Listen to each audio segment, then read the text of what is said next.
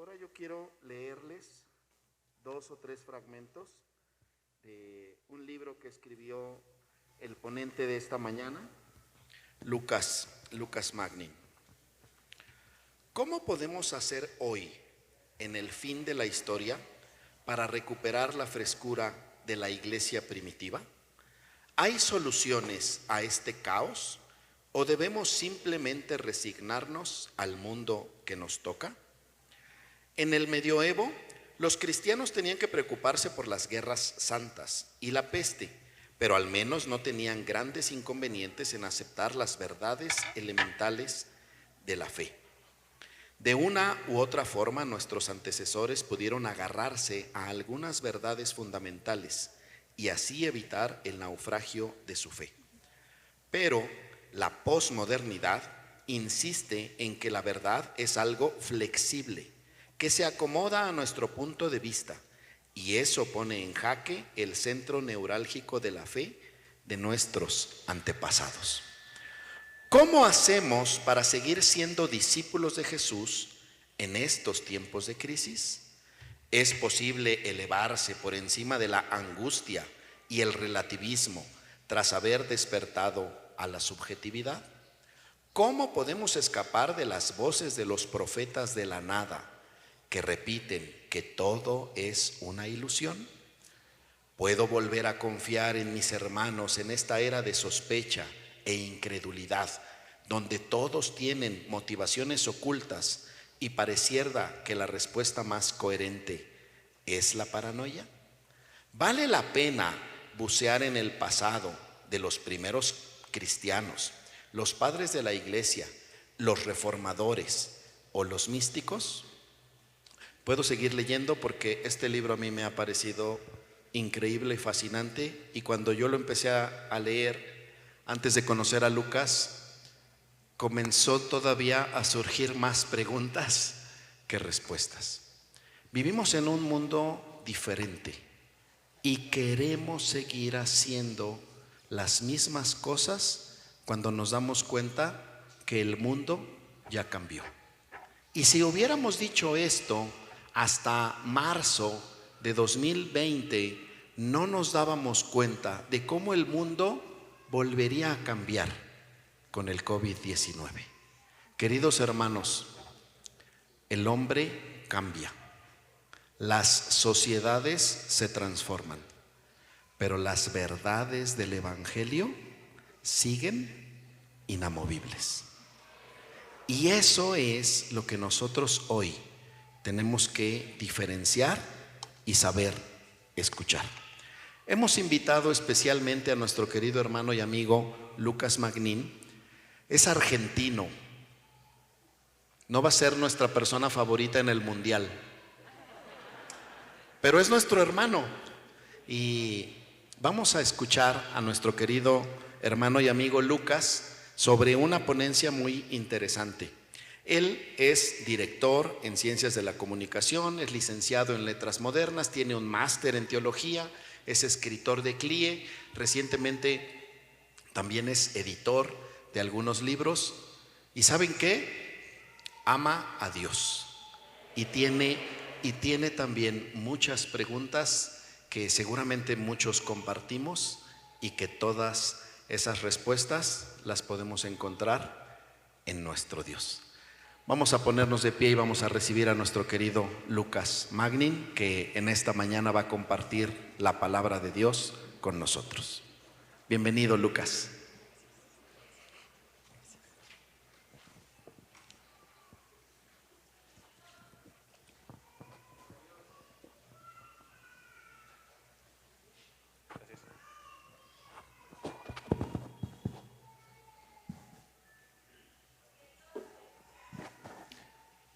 Buenos días, hermanos, paz del Señor, paz de Dios. Qué alegría enorme estar acá con ustedes. Me gustaría que agradezcamos al Señor juntos por poder compartir esta mañana. Es para mí y para mi esposa Almendra, que tengo el gusto de que me haya acompañado en este viaje. Es un gusto enorme conocerlos. Es un gusto enorme aprender de ustedes también. Es un gusto poder adentrarnos en sus historias y en las formas en las cuales el Señor ha actuado a lo largo de la historia en esta comunidad cristiana y va a seguir actuando también. Esa es nuestra confianza. ¿Sí? Así que vamos a tomarnos un segundito para pedirle al Señor que nos guíe a toda verdad. Señor, nos presentamos en esta mañana así como somos, con todas nuestras limitaciones, con todas nuestras carencias, sabiendo que somos pecadores y sabiendo que somos profundamente amados. Tu Espíritu Santo es el regalo que nos abraza y que necesitamos en esta mañana. Mis palabras, Señor, son meramente palabras.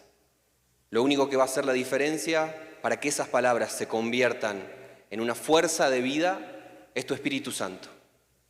Así que te pedimos, Espíritu Santo, vení, quédate con nosotros, te necesitamos. Y te agradecemos porque en medio de todas nuestras historias estás obrando, estás presente y estamos aprendiendo a conocerte cada día. Gracias por el privilegio de poder abrir tu palabra, Señor. En el nombre de Jesús, amén. Pueden tomar asiento.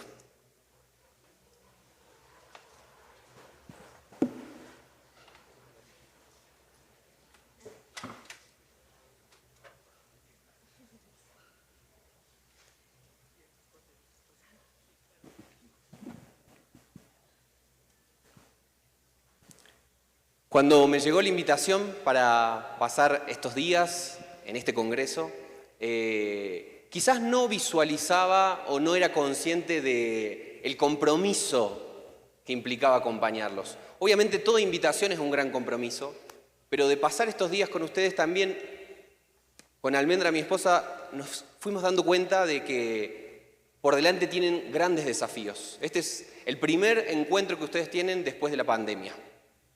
Es un tiempo de reencontrarse, de procesar un poco lo que ha pasado en estos últimos 2 años, que es un montón. Es un tiempo en el cual estamos reevaluando un montón de cosas y están tomando decisiones acerca de cómo van a seguir hacia el futuro también. Le están preguntando al Señor qué es lo que ha pasado y cómo eso puede ir cambiando hacia el futuro, un poco como decía Aarón recién, ¿sí? ¿Qué es lo que podemos hacer en un mundo de tanto cambio? ¿Cómo vamos a vivir nosotros y a lidiar nosotros con ese cambio? Y sobre todas las cosas, ¿cómo tenemos que hacer para ser fieles a la palabra de Dios en un contexto como este? Porque esa es la gran pregunta de la historia de la Iglesia.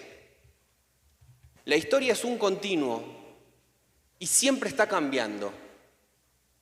Es como una famosa metáfora de un filósofo que decía que es como un río. Al mismo tiempo es siempre el mismo río, pero siempre es un río diferente porque el agua va pasando. De igual manera nosotros estamos en un mundo que va cambiando constantemente, muy rápidamente de hecho, y tenemos que preguntarnos, ¿cómo podemos hacer para que el mismo mensaje eterno que se escuchó hace 2000 años siga siendo escuchado hoy? Ese es el gran desafío. Y este congreso ustedes le pusieron descubre, desarrolla, despliega.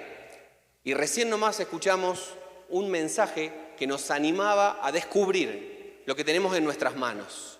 Cuando escuchaba el mensaje me acordaba también de otra historia de la Escritura en la cual había una gran multitud, quizás más grande que esta, y se encontraban con hambre y no sabían qué hacer. Y la pregunta también fue la misma: ¿quién tiene algo en sus manos? Y habían unos panes y unos peces. Y a partir de esos pequeños panes y esos peces se alimentó toda una multitud. Entonces, probablemente ustedes ya estuvieron orando, ya le estuvieron preguntando al Señor, Señor, ¿qué es lo que tengo en mis manos? ¿Hicieron ya esa pregunta? ¿Sí? Ya le preguntaron al Señor, ¿qué tengo en mis manos? ¿Sí? Recuerden eso, recuerden los recursos. ¿Cuáles son sus panes y sus peces que tienen en sus manos? Porque ahora lo que nos toca hablar tiene que ver con desarrollar esos recursos. Desarrollar esos recursos en la vida de todos los días. Porque lo cierto es que cuando estamos en un congreso como este, a veces sentimos que podemos tocar el cielo. ¿Sí? Estamos viviendo experiencias profundas, experiencias conmovedoras, emotivas, pero después los congresos o las reuniones terminan. Y lo cierto es que después de haber descubierto algunas cosas, ¿qué hacemos con eso el resto de la semana, el resto de la vida? ¿Qué hacemos con eso que hemos descubierto cuando volvemos a nuestro trabajo, en el cual no nos pagan muy bien, en nuestra universidad, en la cual nos cuesta bastante entender las cosas, en nuestra casa, donde tenemos un montón de problemas? ¿Qué hacemos cuando intentamos llevar todo eso que hemos descubierto a nuestra propia vida interior, a nuestros propios dilemas interiores, a nuestras preguntas, a lidiar con el dolor, con el sufrimiento? ¿Qué hacemos con el sufrimiento que nos ha dejado estos 2 años de pandemia? ¿Qué hacemos con eso? Porque yo puedo tener un montón de recursos y quizás cuando estoy en un lugar como este me siento empoderado, me siento lleno de fuerza y de ánimo y de alegría y de esperanza. Pero ¿qué hago con todo eso cuando me topa por delante la vida? Esa es la pregunta que me gustaría explorar en esta mañana. Y quiero compartirles concretamente una palabra, un sermón que tiene este título: Ascetismo versus encarnación. Vamos a ver si funciona. A ver si me ayudan. No, la anterior. Ahí va. Ascetismo versus encarnación. Seguramente ustedes se estarán preguntando qué tienen que ver estas palabras extrañas con su propia vida. Pero creo que mientras vayamos avanzando en este recorrido, van a irse dando cuenta de que ascetismo y encarnación es un dilema que de diferentes maneras todos enfrentamos. En este mensaje voy a hablarles un poco de filosofía griega, voy a hablarles de historia, voy a hablarles de un monje alemán, voy a hablarles de un famoso descubrimiento arqueológico y sobre todas las cosas voy a hablarles de una verdad que me costó muchísimo tiempo procesar, entender, pero que una vez que la entendí, se me hizo un clic y transformó mi vida cristiana para siempre. Como quizás les pasa a muchos de los que están acá, yo nací en una cuna cristiana y soy ese muchachito de ahí. Desde muy chiquito fui socializado, fui criado dentro de una iglesia evangélica. Y no solamente eso, sino que además de todo, para colmo, era el hijo del pastor. Y aunque pasé prácticamente toda mi vida en la iglesia, de una forma u otra, durante muchos años yo no quise saber mucho sobre la fe de mis papás. ¿Sí? Me generaba bastante rechazo, no me sentía cómodo, no me gustaba. Pero Dios fue bueno conmigo. Y un poco más adelante en mi vida, en mi adolescencia, el Evangelio de Jesús me alcanzó y me encontró. Y a partir de ahí decidí invertir el resto de mi vida en el Evangelio. Y sé que es algo que muchos de ustedes ya han tomado esa decisión. Quizás hay otros que se lo están preguntando. Y quizás no haya una pregunta más importante para hacerse que esa. Mi encuentro con el Evangelio y mi encuentro con Dios sucedió en una iglesia que le daba mucha importancia a las cuestiones sobrenaturales, a las cuestiones místicas. Y les voy a contar algunas historias, ¿no? Era algo prácticamente de todos los días. Pero imagínense que uno caía a la reunión, uno caía un domingo a la reunión, un sábado, un viernes, un miércoles, cualquier día caía a la reunión, y de pronto empezaba a ver que alguien decía, estoy viendo un ángel que está por allá. Y por allá había un ángel que estaba volando, y del otro lado, no, allá hay otro querubín. Y de pronto alguien decía, miren, tengo manos, en las manos tengo polvo de oro, fíjense que tengo polvo de oro, estoy llenándome de polvo de oro. Y había personas que se caían, y había profecías por todos lados, y la gente hablaba en lenguas, y parecía que por todos lados había una cuestión muy sobrenatural. Todo eso pasaba constantemente, pero a mí no. Si les soy sincero, yo nunca vi ese polvo de oro. Nunca vi esos ángeles que estaban paseando. Por muchos años le pedí al Señor, orando, llorando, que quería experimentar esas cosas, que quería tener el don de hablar en lenguas, que quería poder ver milagros, sanidades. Sin embargo, contra mis oraciones, nunca terminé de ver todos los milagros y las sanidades y las cuestiones sobrenaturales que tanto quería ver. Lo deseaba profundamente, pero parecía que esas cosas siempre le pasaban a otros. Otros siempre me contaban su testimonio y yo no sabía por qué no me pasaba a mí. Era algo que buscaba fervientemente. Así que me forzaba muchísimo. Buscaba tener una vida muy espiritual, muy dedicada a las cosas de Dios, diríamos. Una vida de mucha oración, de estudio de la palabra. Pero por alguna razón, cuando se repartían estos milagros, estas señales sobrenaturales, a mí no me tocaban. Entonces, ¿qué es lo que hacía? Redoblaba la apuesta. Debe ser que no estoy orando lo suficiente. Debe ser que no estoy estudiando la Biblia lo suficiente. Debe ser que tengo que esforzarme para vivir una vida todavía más ascética. Una vida más alejada de los problemas de todos los días. Necesito pasar más tiempo encerrado, más tiempo leyendo la Biblia y preocupándome para que me pasen esas cosas. Esta fue mi historia durante muchísimo tiempo. Y la verdad que fue una historia de mucha culpa, una historia de muchísima angustia.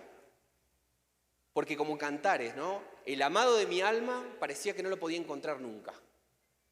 Lo buscaba y no lo encontraba. Esta fue mi historia y quizás también sea la historia de algunos de ustedes, o de muchos de ustedes, porque no es fácil hacernos cargo de que estas cosas nos pasan.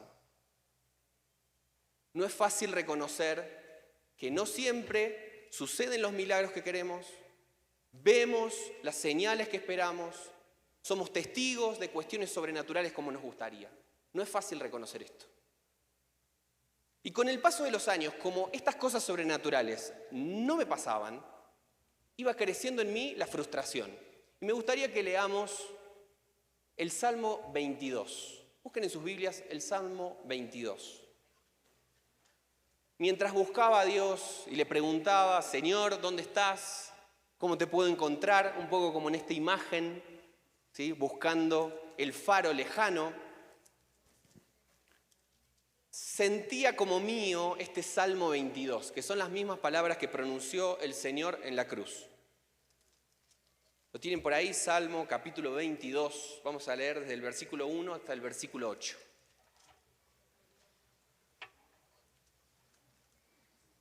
Presten atención a la angustia espiritual que transmiten estas palabras. Estas no son palabras de una persona a la cual Dios no le importa. Estas son palabras de una persona que está apasionada, profundamente apasionada por Dios. Y dice así: Dios mío, ¿por qué me has desamparado? ¿Por qué estás tan lejos de mi salvación y de las palabras de mi clamor?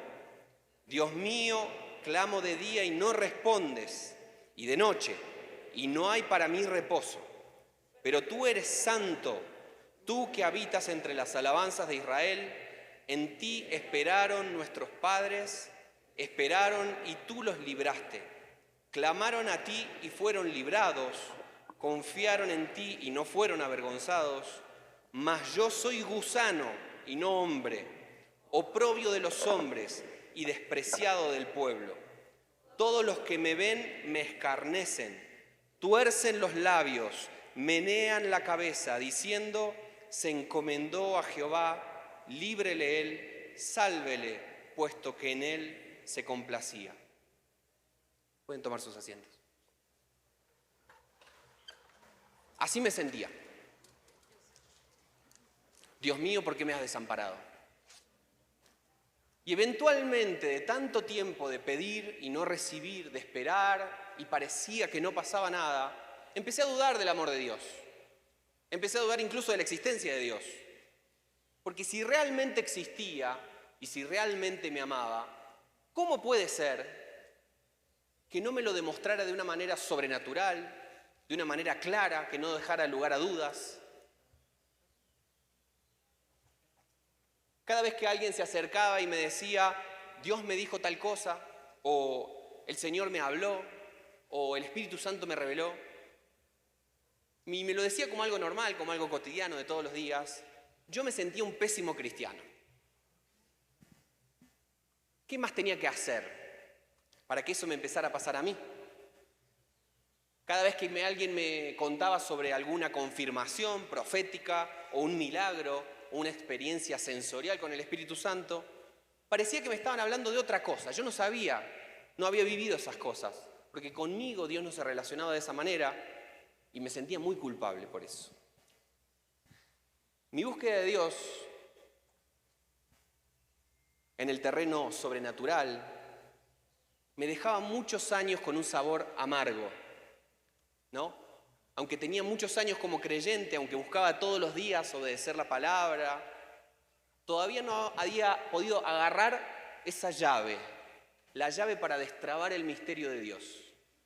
Así me sentía, que todavía no podía tener esa llave.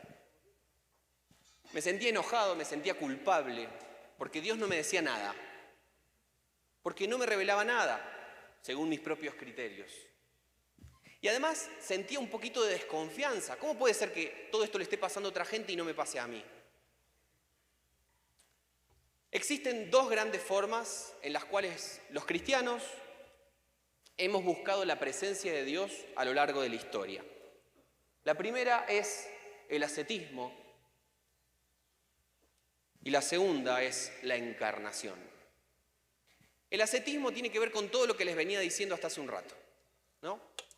El esfuerzo humano, mucho esfuerzo intentando subir para poder estar con Dios. La búsqueda de Dios, que llamamos ascetismo, viene de una palabrita griega, que es ascetés. Ascetés significa una persona que practica, una persona que se entrena. Es decir, el ascetismo es como una especie de deporte. Hay que entrenarse mucho, hay que sacrificarse mucho, tenemos que privarnos de cosas, esforzarnos un montón. Desde hace muchos años vengo estudiando a Martín Lutero, porque me parece un personaje súper interesante, y al estudiar su vida me sorprendió un poco que su experiencia como monje durante 15 años no era tan diferente de cosas que me pasaban a mí. Por 15 años Martín Lutero fue un monje muy estricto, muy estricto. Estaba desesperado Lutero por tener una experiencia con Dios y por eso pasaba por grandes sacrificios, intentando ganarse el amor de Dios, ganarse la presencia de Dios. Entonces, ¿qué cosas hacía, por ejemplo, Lutero? Trabajaba incansablemente durante todo el día, muchas horas, y después interrumpía su sueño de noche para castigar su cuerpo. De hecho, también castigaba físicamente su cuerpo, se latigaba. Tenía un sistema de ayunos muy extremo que lo dejaban postrado en la cama. Usaba ropa áspera para irritarse la piel. Se exponía al frío y después a muchísimo calor. Todo eso era para castigar su cuerpo. Todo eso era para sacrificarse, para que le quedara en claro a Dios cuánto estaba buscándolo y de cuánto quería encontrarlo. Lutero pensaba que si se castigaba de esa manera, finalmente iba a poder alcanzar la presencia de Dios. Y más de una vez yo me sentí como él. El ascetismo de Lutero era tan grande que pensó que de tantos sacrificios que había hecho iba a morirse muy joven. Y de hecho, algunos de los sacrificios que hizo durante su tiempo como monje dejaron daños irreparables en su salud para el resto de su vida. Cuando hablamos de ascetismo hablamos de la mística. Y mística es una palabra que viene del griego miein. Y que miein significa oculto. Mística, misterio. ¿Sí? Es algo misterioso, que está cerrado, que no está abierto para todos. Solamente unas pocas personas tienen la capacidad de penetrar místicamente en el misterio. Unos pocos elegidos que logran descifrar con mucho sacrificio, con mucha voluntad, con mucho ascetismo y penetrar en el misterio. Solamente esos místicos acceden a algunos milagros o algunas experiencias con Dios. El ascetismo es una forma de darwinismo religioso. Para los que han estudiado en la universidad el darwinismo, conocen que esta frase, ¿no? La supervivencia del más fuerte. El ascetismo es solo el más fuerte, el que más se esfuerza, el que más se sacrifica, es el que va a encontrarse con Dios. Muchos sistemas de ascetismo místico están inspirados en la doctrina de Platón. La doctrina de Platón es algo como esto.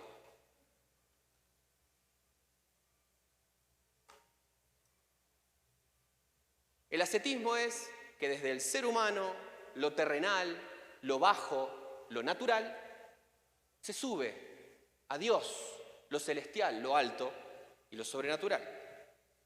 Platón decía que si queremos alcanzar las cosas superiores, lo que tenemos que hacer es deshacernos de todo lo bajo. Y ojo que Platón no creía que lo bajo fuera el pecado. Eso creemos los cristianos. Platón creía que lo bajo era el cuerpo, era esta tierra que estamos pisando, esta creación de Dios. Todas estas cosas eran para Platón lo bajo. Y decía que había que dejarlo atrás.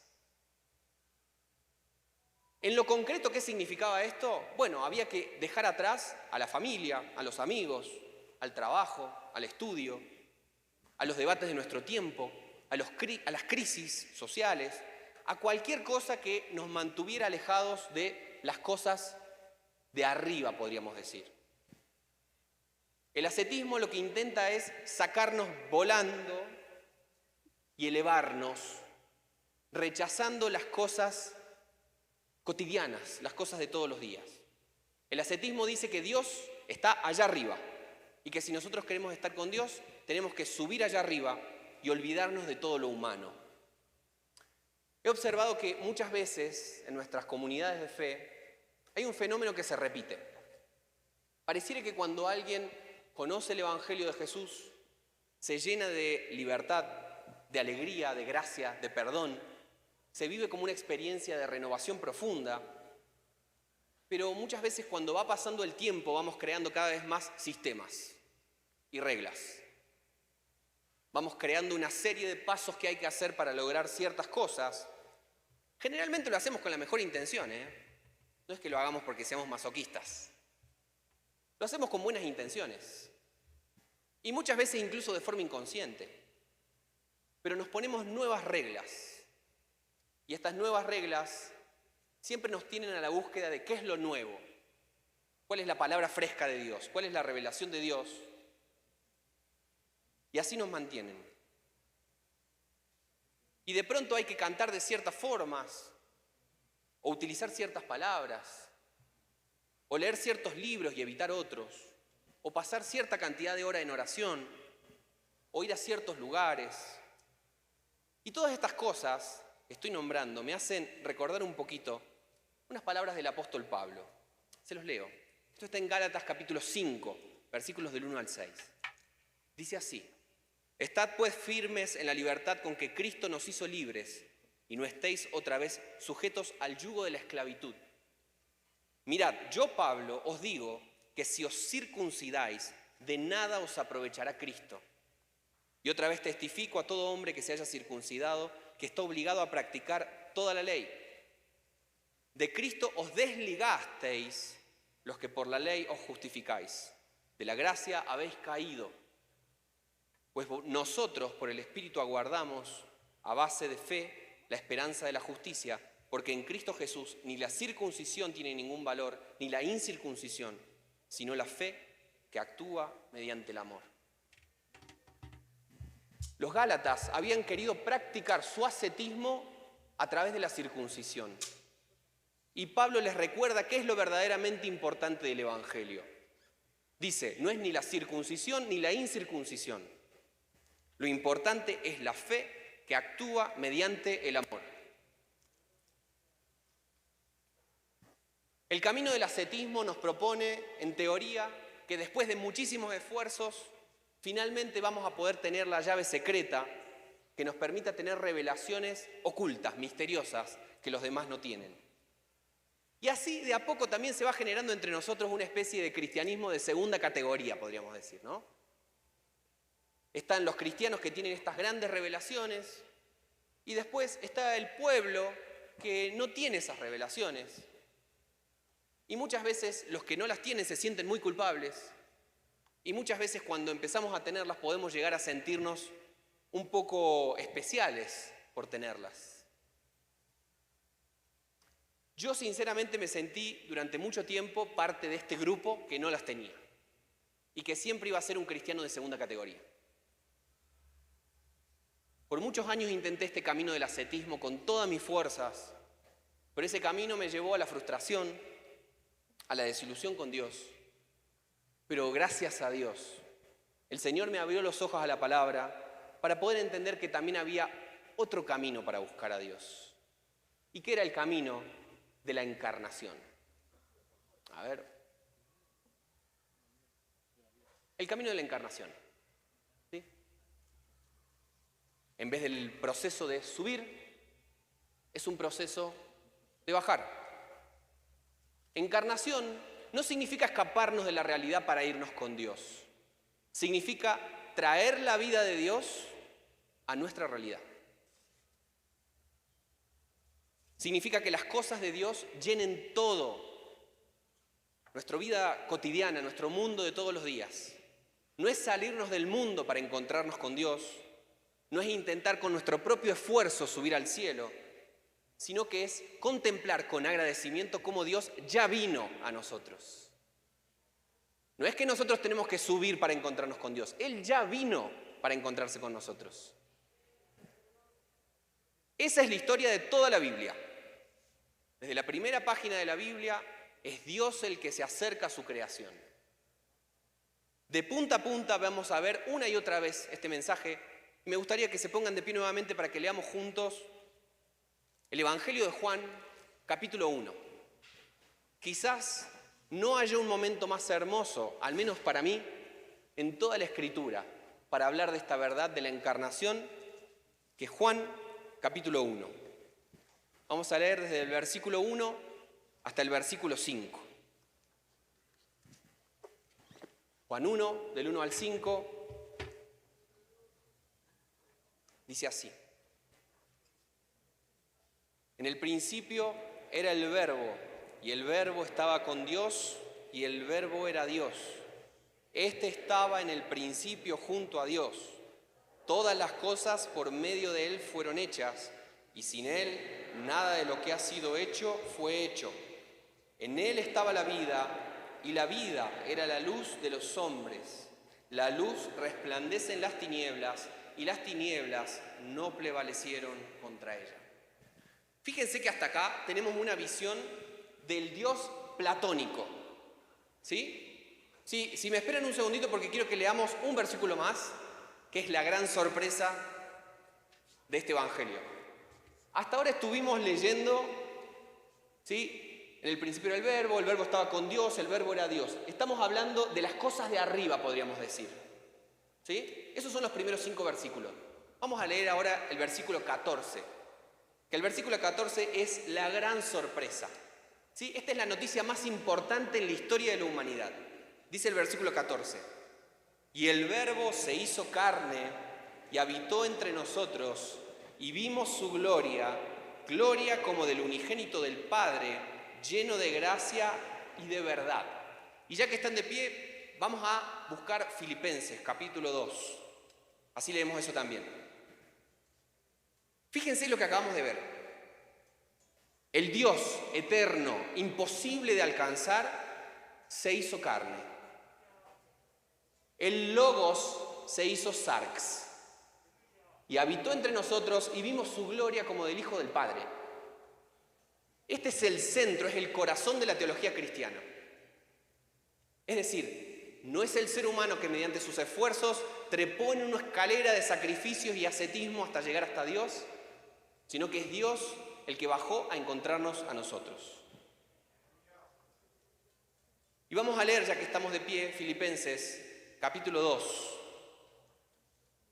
Desde el versículo 5 hasta el versículo 11, Pablo reflexiona en esta verdad preciosa. Y dice así: haya pues entre vosotros los mismos sentimientos que hubo también en Cristo Jesús, el cual, siendo en forma de Dios, no consideró el ser igual a Dios como cosa a que aferrarse, sino que se despojó a sí mismo, tomando forma de siervo, hecho semejante a los hombres, y hallado en su porte exterior como hombre, se humilló a sí mismo, al hacerse obediente hasta la muerte y muerte de cruz, por lo cual Dios también le exaltó hasta lo sumo y le otorgó el nombre que es sobre todo nombre, para que en el nombre de Jesús se doble toda rodilla de los que están en los cielos y en la tierra y debajo de la tierra, y toda lengua confiese que Jesucristo es Señor, para gloria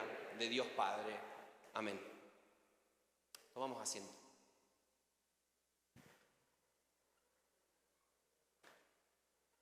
Lo que acabamos de escuchar es el Evangelio. Es la noticia más grande de todas. Y fíjense qué interesante que Pablo no nos dice, esto tiene que ver únicamente con la salvación, la soteriología, la forma en la cual nosotros podemos estar en paz con Dios. Porque Pablo empieza diciendo, haya pues entre vosotros los mismos sentimientos que hubo también en Cristo Jesús. Es decir, no solamente habla de la salvación un pasaje como este, sino que nos habla acerca de cómo tenemos que vivir. Nos habla acerca de cómo tenemos que llevar adelante la misión. Nos habla acerca de cómo tenemos que entender nuestra vida en la tierra.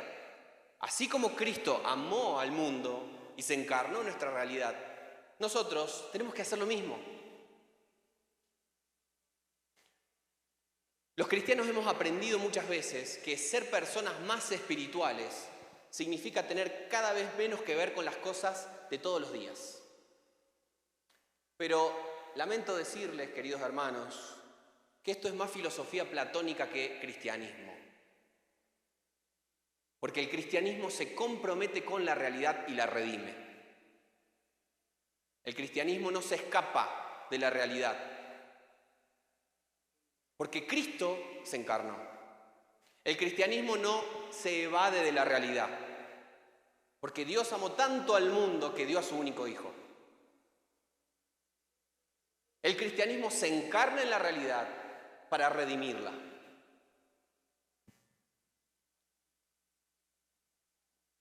La exaltación, qué interesante esto también.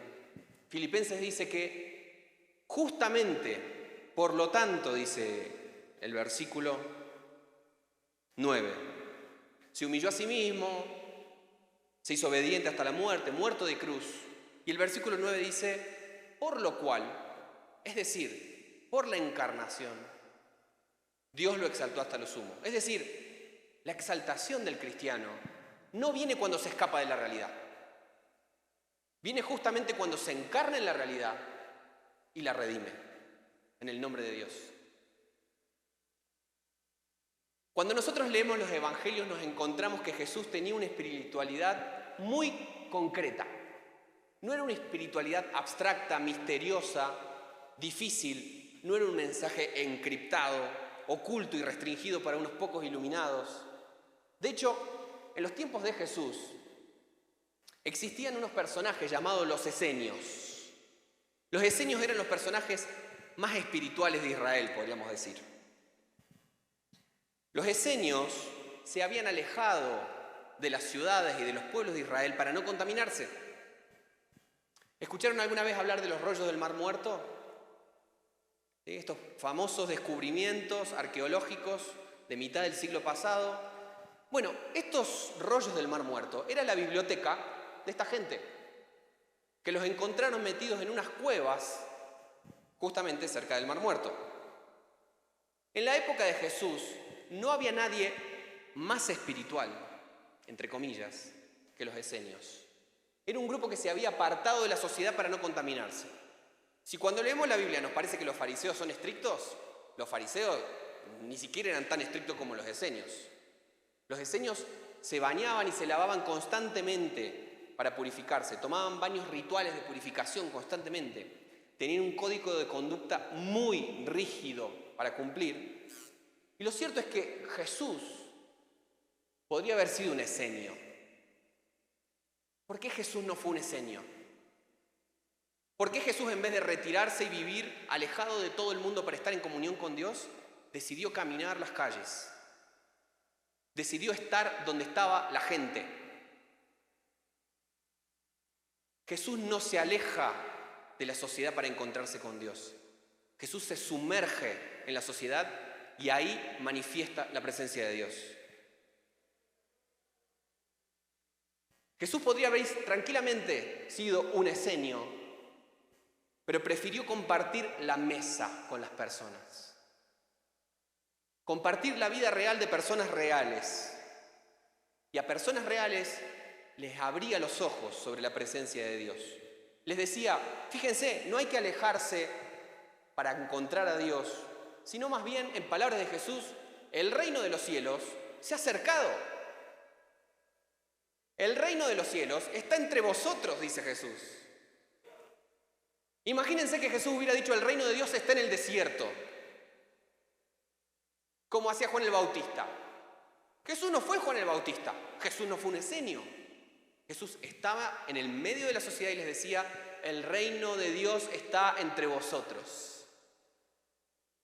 Justamente por eso, Jesús era acusado por los líderes religiosos de su tiempo. Decían que Jesús era un bebedor, era un comilón.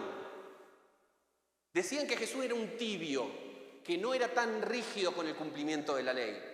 Decían que no guardaba tan bien el sábado, que no se lavaba tantas veces las manos, que era demasiado flexible en su teología y para colmo se juntaba con gente de mala fama. Pero nosotros no somos esenios. Nosotros somos seguidores de Jesús el Cristo. Y Jesús nos enseñó a vivir una espiritualidad profunda, transformadora, pero fuertemente encarnada en su contexto. Jesús nos enseñó a vivir una espiritualidad con los pies en la tierra, no como la de Platón que quería salir volando, una espiritualidad con los pies en la tierra. Cuando Jesús tenía que describir cómo era Dios, podría haber usado el lenguaje de los teólogos, de los pensadores, de los filósofos, de los místicos, de los ascetas. Podría hablar de Dios como omnipotente, omnipresente, omnisciente, eterno, infinito, único, inmutable. Pero qué bello es que Jesús, cuando tenía que hablar de Dios, decía, Abba, papito querido. Jesús no habla de Dios como alguien lejano. Jesús habla de Dios como papito querido. Decir Abba es usar una palabra que se usaba en un lenguaje familiar, doméstico. La palabra Abba es la forma en la cual se referían los niños a sus papás en la casa.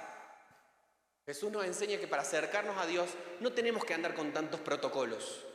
Tenemos simplemente que tener un corazón sencillo, tierno y confiado, porque Él es nuestro Padre. El Señor es nuestro Padre, es nuestro Abba. Cuando los discípulos querían aprender a orar, el Señor podría haberles dicho, bueno, vamos a hablar del eterno, del omnipresente, del omnisciente. Y es verdad, no es que Dios no sea esas cosas, pero Jesús nos enseña la verdadera forma en la cual nosotros, como seres humanos, podemos encontrarnos con ese Dios omnipotente, omnisciente, omnipresente, eterno, infinito. Porque ese Dios eterno, omnipresente, infinito, también es mi papá.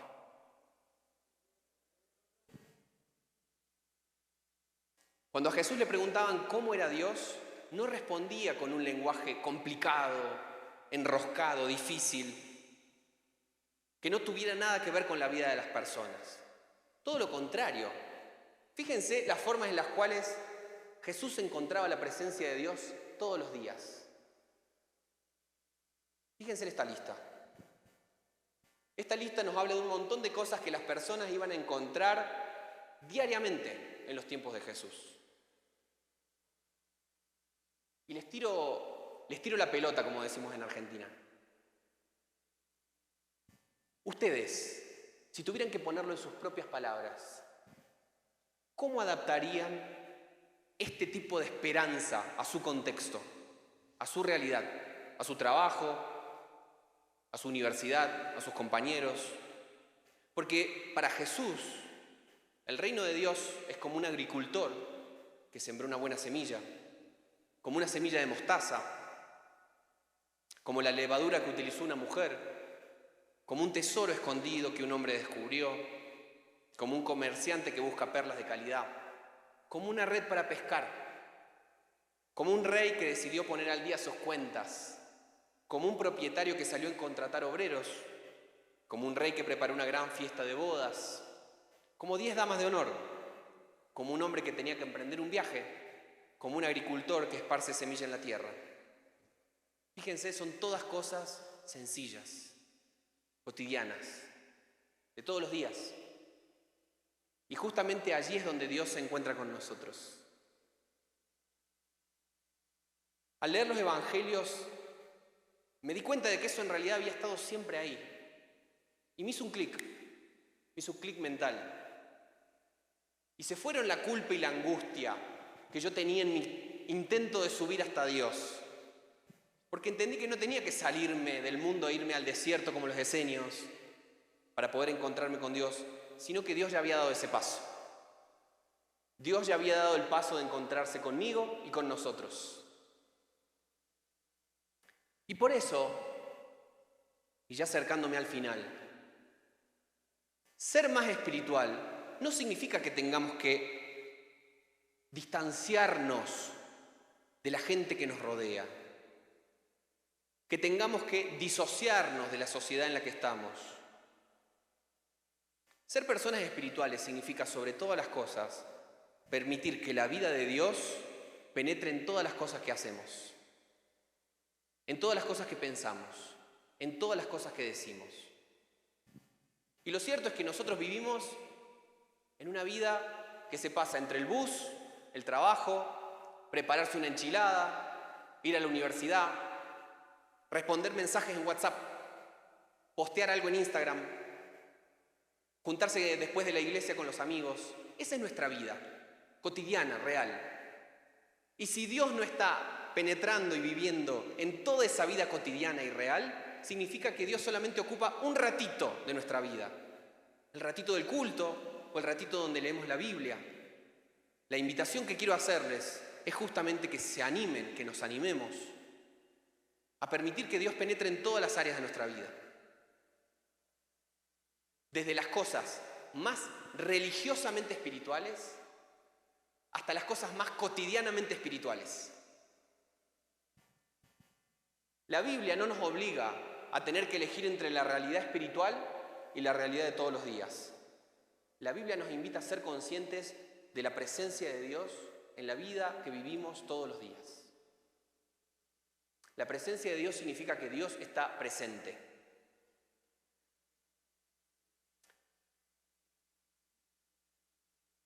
El ascetismo místico y el escape de la realidad son siempre una tentación para la fe cristiana. Porque hay un deseo religioso que busca subir con nuestro propio esfuerzo, ganarnos por obras nuestra salvación. Pero creo que hoy en día incluso esta tentación del ascetismo es más grande. Porque estamos viviendo tiempos muy difíciles, somos conscientes de eso. Tiempos difíciles para ser persona y tiempos muy difíciles para ser cristiano. Son tiempos de mucha hostilidad hacia el cristianismo, donde fácilmente como creyentes somos ridiculizados cuando intentamos compartir con otros en sociedad o en los debates públicos. Tenemos que convivir con una sociedad donde hay muchísimas tendencias diferentes, formas de entender el mundo diferentes, y como nos sentimos muy incómodos con todo esto, la actitud más natural es hacer lo que hacíamos cuando éramos chiquitos, ¿no? Nos escondíamos. Nos escondemos, nos protegemos, porque nos da miedo. Esta ha sido una tentación a lo largo de la historia de la Iglesia. Cuando cayó el Imperio Romano, por ejemplo, mucha gente se fue a vivir al desierto, porque no quería contaminarse. Es decir, cada vez que vivimos en una época de crisis, la actitud natural es replegarnos, escaparnos, escondernos. El ascetismo, entonces, este deseo de escondernos y buscar a Dios en lo privado, es una respuesta muy natural ante situaciones extremas donde vivir parece algo demasiado abrumador. La mística muchas veces es un mecanismo de defensa que nos hace tolerar un poquito mejor la realidad, cuando la realidad parece demasiado intolerable. Pero ojo, que la fe cristiana no nos tiene que evadir de la realidad. La fe cristiana nos da la fuerza para volver a la realidad y para traer la palabra del Evangelio y la palabra de esperanza justamente en la realidad. Porque cuando hacemos eso estamos haciendo exactamente lo que hizo nuestro Señor. Como dice Filipenses, podría haberse quedado en el trono, pero no tuvo en bien quedarse en el trono, sino que se encarnó, se hizo uno como nosotros, se hizo obediente hasta la muerte de cruz, y justamente por eso Dios lo exaltó. Termino con esto. Necesitamos, creo yo, una mística de ojos abiertos. Esto es algo que dijo el teólogo Johann Baptist Metz. ¿Qué significa necesitamos una mística de ojos abiertos? Que necesitamos vivir una experiencia con Dios profunda, transformadora, llena de la presencia de Dios, pero que esa experiencia no nos aleje de la realidad que Dios amó tanto. No necesitamos salirnos del mundo para encontrarnos con Dios, sino más bien, si queremos ver a Dios, tenemos que encarnarnos en esta realidad. No tenemos que cerrar los ojos a la realidad para ver a Dios, sino que tenemos que aprender a mirar la realidad con los ojos de Dios. Y por supuesto, esto no significa que tengamos que vivir vidas con menos ayuno, con menos oración, con menos lectura de la palabra. No significa que tengamos que dejar de pedir por milagros, por señales, para tener todas esas experiencias con el Espíritu Santo. Pero siempre recordando que todas esas cosas dependen de Él, no de nosotros. La gracia es de Dios, los dones son de Dios, los propósitos son de Dios. Y nosotros como hijos le decimos, Abba, cuando quieras estoy acá. Estoy disponible. No voy a lograr todo eso por mi ascetismo y por mi esfuerzo. Lo voy a recibir porque Dios me ama a mí, ama a su pueblo y ama al mundo. Encarnar el Evangelio entonces no es olvidarnos de la dimensión sobrenatural ni dejar a Dios en un segundo plano, sino que significa que vamos a encontrarnos con Dios en tiempos de oración muy poderosa como los que se viven acá, hablando en lenguas, viviendo milagros increíbles, pero también cuando lavamos la loza. Y también cuando cocinamos esas enchiladas. Y lo mejor de todo esto es que todo eso va a ser un don de Dios, un regalo de Dios. Hablar en lenguas es un regalo de Dios y compartir una enchilada con la familia es un regalo de Dios. Y lo mejor de todo es que podemos también decidir vivir todas esas cosas para la gloria de Dios. Me gustaría que nos pongamos de pie, que cerremos nuestros ojos.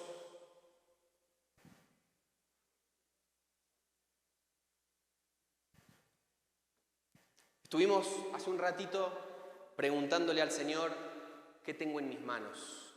¿Qué pusiste, Señor, en mis manos? Todos nos sentimos un poco como ese niño de la historia de los evangelios, que tiene simplemente unos peces y unos panes. Nos sentimos débiles y frágiles. Pero no es tanto nuestro esfuerzo el que va a lograr algo, sino que Dios sabe hacer cosas maravillosas con historias insignificantes como la nuestra.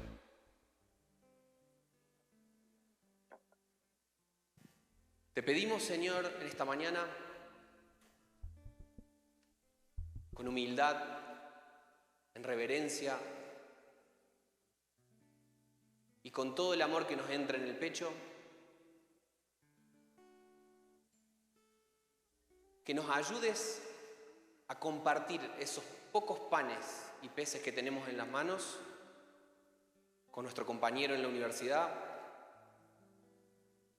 en el trabajo, en la familia, en la casa, en el barrio, en la iglesia, en las redes. Señor, que no solamente tenga y haya descubierto estos dones que pusiste en mis manos, sino que pueda desarrollarlos encarnadamente ahí donde me pusiste. Te pedimos, Señor, que nos permitas disfrutar de todos esos dones en la vida que nos has regalado, en cada momento de la vida que nos has regalado. No solamente en los momentos de profunda devoción, de profunda sensación de tu espíritu, sino incluso cuando no sentimos nada, cuando parece que estamos viviendo la vida cotidianamente, que ahí, Señor, brille también tu espíritu y que podamos ser conscientes de que tu presencia está ahí. Tu presencia llena la tierra, Señor. Ayúdanos a ser conscientes de que eso es así. Ayúdanos a no restringir tu presencia a unos pocos momentos o lugares o personas o actividades. Ayúdanos a ser conscientes de que tu presencia está en todos lados y a poder agradecer y sorprendernos al ver tu presencia mientras esperamos el bus, mientras mandamos unos mensajitos en WhatsApp, mientras cocinamos, mientras estudiamos, mientras trabajamos. Señor, ayúdanos a ser conscientes de que estás presente. Te lo pedimos en el nombre de Jesús. Amén.